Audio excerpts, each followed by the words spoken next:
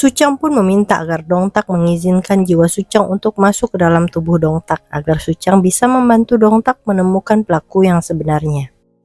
Namun Dongtak yang masih belum sepenuhnya mempercayai Suchang justru menolak permintaan Suchang. 소리 나보고 지금 믿으라고? 그래. 자식 저거. Saat interogasi, Dusik terus mengatakan bahwa ialah pelaku yang selama ini dicari oleh Dongtak. Bahkan dengan percaya dirinya, Dusik justru mengatakan seluruh barang bukti yang ia gunakan untuk melukai Dongtak dan Letnan Ju benar berada di rumahnya. Sementara itu, tiba-tiba saja kondisi tubuh Suchang yang sedang berada di rumah sakit justru memburuk. Untung saja dokter berhasil menyelamatkan Suchang. Jiwa Suchang pun kembali teringat kecelakaan yang menimpanya dan ayahnya. Ia juga ingat memberikan sebuah kalung kepada seseorang saat itu.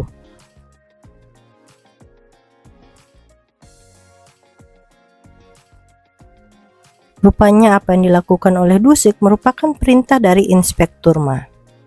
내가지 무조건 입 다물고 있는 거야. 너도. Sementara itu Jae-hee meminta agar ia menjadi jaksa yang menangani kasus Dusik, dengan alasan bahwa dirinya juga merupakan jaksa yang menangani kasus Dusik sebelumnya. Namun permintaan Jae-hee tersebut justru ditolak. Setelah berhasil menangkap Dusik, Dongtak bersama dengan timnya merayakan hal tersebut.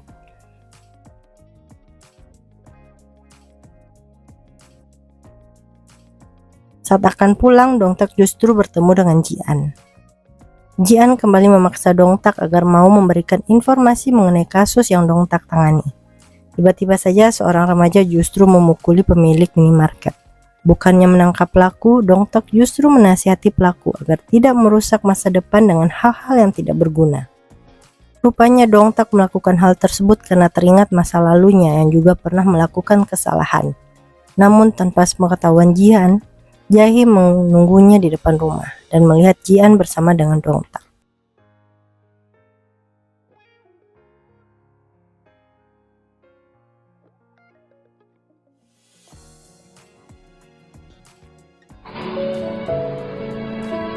그 고초를 못 참겠냐?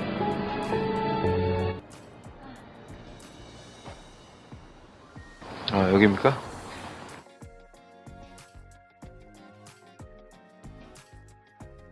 Setelah kembali ke rumahnya, Dongtak kembali teringat perkataan Suchang yang menanyakan mengenai kalung yang digunakan oleh Dongtak.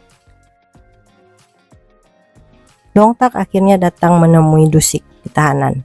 Dongtak pun memperlihatkan bukti foto yang menunjukkan bahwa saat ia dan Letnan Ju diserang, Dusik sedang mengendarai mobil.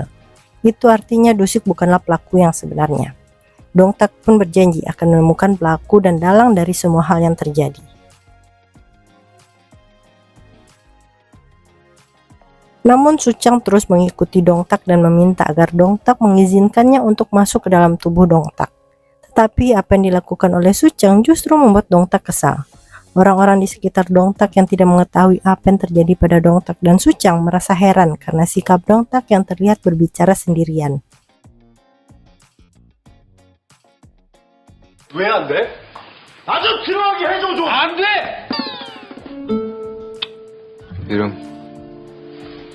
그러니까 Dongtak yang merasa kesal dengan apa yang dilakukan oleh Suchang terus mengikutinya mendatangi Dali.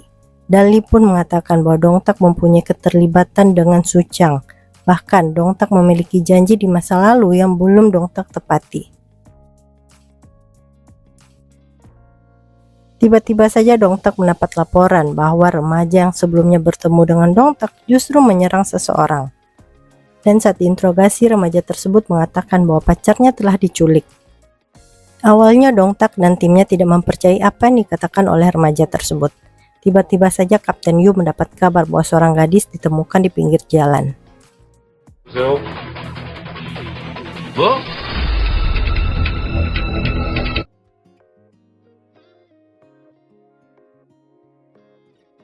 Dalam perjalanan menuju rumah sakit tempat gadis tersebut dirawat, Suchang kembali berusaha meyakinkan Dongtak agar percaya dengan apa yang Suchang katakan. Namun Dongtak justru menanyakan mengenai masa lalu Suchang. Su Chang pun menceritakan kepada Dong Tak bahwa di masa lalu ia pernah meminta bantuan kepada seorang pria untuk mengungkap pelaku yang membuat ayah Su Chang meninggal. Su Chang bahkan memberikan kalung kepada pria tersebut. Mendengar cerita Su Chang membuat Dong Tak yakin bahwa pria yang dimaksud oleh Su Chang adalah dirinya.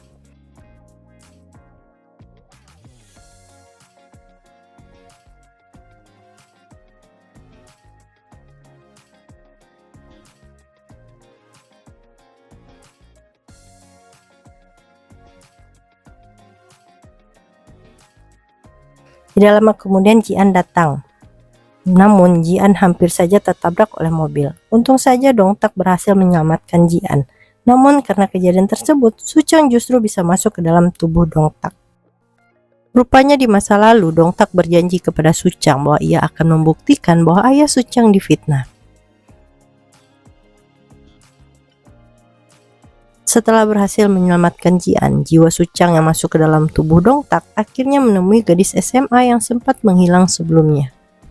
Ternyata sebelumnya Jian pernah bertemu dengan gadis tersebut. Jian merasa menyesal, andai saja saat bertemu dengan gadis tersebut sebelumnya ia bisa menasihati gadis tersebut secara baik-baik. Mungkin saja gadis tersebut tidak akan diculik.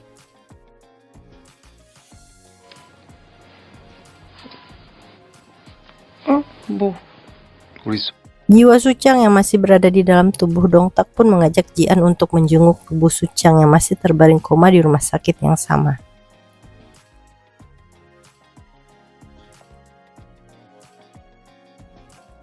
Karena kembali teringat dengan kejadian di masa lalu, membuat Su Chang tidak fokus saat sedang membahas kasus yang menimpa gadis SMA tersebut.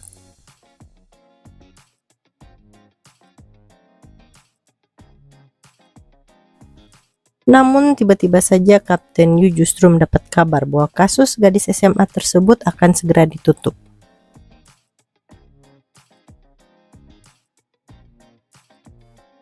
Jian yang mengetahui hal tersebut memaksa Dong Tak untuk menyelidiki kasus tersebut.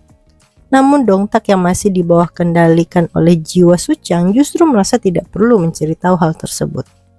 Namun berkat usaha Jian untuk meyakinkan Su Chang, akhirnya Su Chang memutuskan untuk menyelidiki dengan caranya sendiri.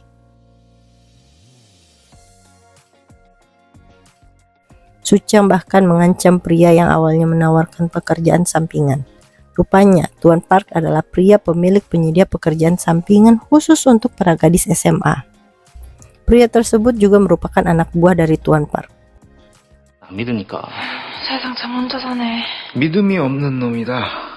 Su Chang pun meminta bantuan kepada Yongpal dan yang lainnya untuk mencari tahu apa saja yang dilakukan oleh Tuan Park. Bahkan Su Chang meminta bantuan kepada Bong Suk untuk merayu Tuan Park. Namun hal tersebut justru gagal. 꼴리기들 파견업체 소개비정들은 이런 거 절대 못 사.